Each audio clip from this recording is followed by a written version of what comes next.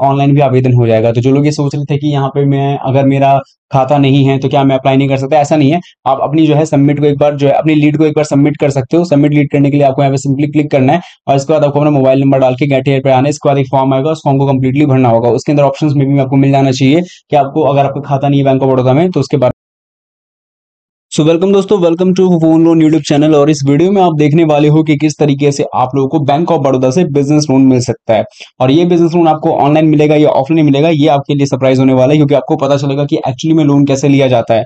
सबसे पहले आपको मैं क्लियर कर देना चाहता हूँ कि जिनका खाता बैंक ऑफ बड़ौदा के अंदर है वो तो इस लोन को ले ही सकते हैं, उनको लोन लेने में किसी तरीके की तकलीफ नहीं आने वाली है। लेकिन यहाँ पर जो लोग सोच रहे हैं जिनका खाता नहीं है, क्या वो लोग भी लोन ले सकते हैं, तो इसके बारे में थोड़ा आपको आगे चल के पता चलेगा ताकि आपको चीजें क्लियर हो पाए। वैसे इसका आंसर हाँ में है या ना में है वो भी आपको आगे चल के पता चल जाएगा। एक चीज जो आप लोग सोच रहे होंगे कि हमें लोन अमाउंट कितना मिलेगा, तो मैं आपको बता दूं, वैसे तो लोन अमाउंट बिजनेस लोन के अंदर तो खैर कितना ही लगाओ तो उतना ही कम पड़ता है, लेकिन आपको बता दें कि ये लैक्स तक या लैक्स से ऊपर आपको डेफिनेटली देखने को मिलेगा। लेकिन ये डिपेंड करता है आपके बिजनेस स्ट्रेटेजी वाले जितने भी आप चीजें तैयार करते हैं, बिजनेस प्रोजेक्ट के बारे में, बिजनेस के टोटली यहाँ पे की चीजों के बारे में कि भाई आपका बिजनेस जो है कितना कॉस्ट मांग रहा है, कितना बिजनेस का प्रोजेक्ट कॉस्ट है और आप कितने के लिए एलिजिबल हो, तब जाके सब चीजों को मिक्स करके देखकर एनालाइज करके तब आपको लोन डिस्बर्स किया जाएगा।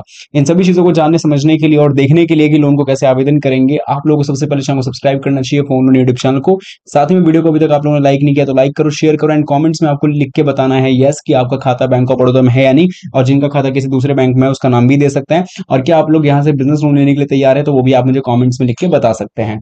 वीडियो को शुरू करूंगा तो ये वीडियो है, जस्ट नीचे टाइटल है, टाइटल पे जैसे करेंगे क्लिक तो डिस्क्रिप्शन बॉक्स खुलेगा। डिस्क्रिप्शन बॉक्स के अंदर आपको वेबसाइट लिंक मिल जाएगी। एक बात मैं पहले क्लियर कर देता हूं कि यहाँ पे ये तो मैं अपने मेथड से बता रहा हूँ लोन लेने के बारे में, लेकिन जिनको अपने तरीके से भी जाना है बैंक ऑफ बड़ौदा की वेबसाइट पे डायरेक्टली जाकर, तो वहां पे भी जाके जो है लोन अप्लाई कर सकते हैं। मैं अपने मेथड से इसलिए बता रहा हूँ क्योंकि यहाँ पे आपको चीजें समझ में भी आनी चाहिए कि भाई जो लोन ले रहे हैं वो लोन आपके लिए है भी कि नहीं है।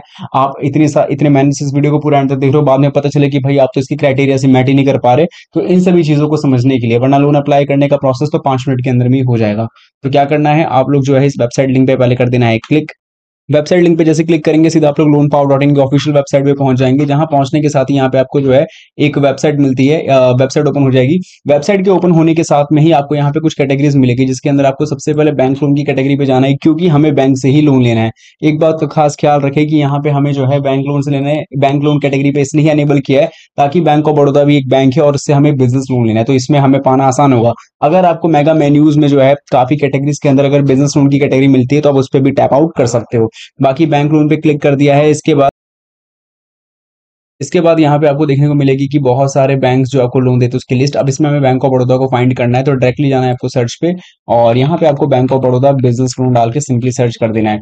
ठीक है, इतना कीवर्ड डालोगे तो आपके सामने रिजल्ट आएगा कि बैंक ऑफ बड़ौदा से बिजनेस लोन कैसे ले। इस आर्टिकल पे क्लिक करना है और आपके सामने आपका आर्टिकल खुल जाएगा। अब क्योंकि इस आर्टिकल के अंदर बहुत सारी चीजें समझने के लिए, तो आपको पहले समझा देता हूँ। इस आर्टिकल के अंदर आपको पता चलेगा कि ये बिजनेस लोन क्या है, मतलब ये वर्क कैसे करता है, तो इसके बारे में आपको पता चलेगा, जैसे कि ये bank of Baroda business loan क्या है, कितना लोन मिलता है, किन किन व्यक्तियों को किस ब्याज दर पे लोन मिल जाएगा, कितने दिनों के लिए मिलेगा, ऐसे तमाम सारी जानकारी मिलेगी। और दूसरी चीज ये कि आप इसको अपने अपने लैंग्वेज में ट्रांसलेट करके पढ़ सकते हो। मेन बात यह है कि आपको समझ में आनी चाहिए। लोन को तो आवेदन हम करने अब जाने ही वाले हैं, तो लोन को अप्लाई करने के लिए आपको विजिट की लिंक मिलेगी जो इसी के अंदर होगी। इसी विजिट की लिंक पे आपको सिंपल तरीके से क्लिक करना है, जो सीधा लेके जाएगा आपको बैंक ऑफ बड़ौदा के बिजनेस लोन के ऑफिशियल वेब पेज पे, जहां पे हम लोग पहले थे, जो कि मैं आपको दिखा चुका हूं। अब क्योंकि आप यहाँ पे आ चुके हो तो यहाँ पे आपको सबसे पहले कुछ चीजें बतानी जरूरी है।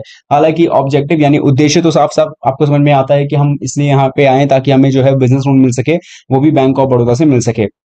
बाकी यहाँ पे साफ क्लियर है कि भाई जो ऐप है अपने बिजनेस को काफी अच्छा बनाने के लिए, जैसे कि बिजनेस को रेनोवेट करने के लिए, कंप्यूटर सेटअप्स करने के लिए, या और तरीके की तमाम काम जो कि आप लोगों के बिजनेस में ग्रोथ दे सकता है, वो काम के लिए कर सकते हो। वर्किंग कैपिटल बेस के लिए भी ले सकते हो, मान लो कि अगर आप एम्प्लॉयज वगैरह को रखना चाहते हो उसके हिसाब से भी इसका यूज कर सकते हो। ठीक है, बाकी इसके अलावा परचेस ऑफ व्हीकल के यानी कि कुछ चीजों को, जैसे कि कुछ कहते हैं कि बाइक वगैरह या फिर ऐसी कोई व्हीकल जिसका यूज जो है अपने बिजनेस एक्टिविटीज के लिए कर सको, तो उसके लिए आप इसका इस्तेमाल करने के लिए भी यूज कर सकते हो, लेकिन पर्सनल यूज के लिए नहीं।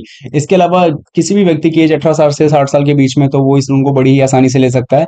और भी चीजें जो कि आप यहाँ पढ़ सकते हो। ठीक है, बाकी इंटरेस्ट रेट क्या लगने वाले, तो वो देखो आपको जब लोन डिस्बर्स किया जाएगा तभी बता दिया जाएगा, लेकिन इंटरेस्ट रेट जो है वो लिंक रहेगा एमसीएलआर और BAR से। बाकी guarantee fee and annual service charge fees जो कि आप देखेंगे तो ASF वन टाइम गारंटी फी एट स्पेसिफाइड है कि 1% in the case of 5 lakh and 0.75% in the case of 50 lakh. ये सारी चीजें हैं।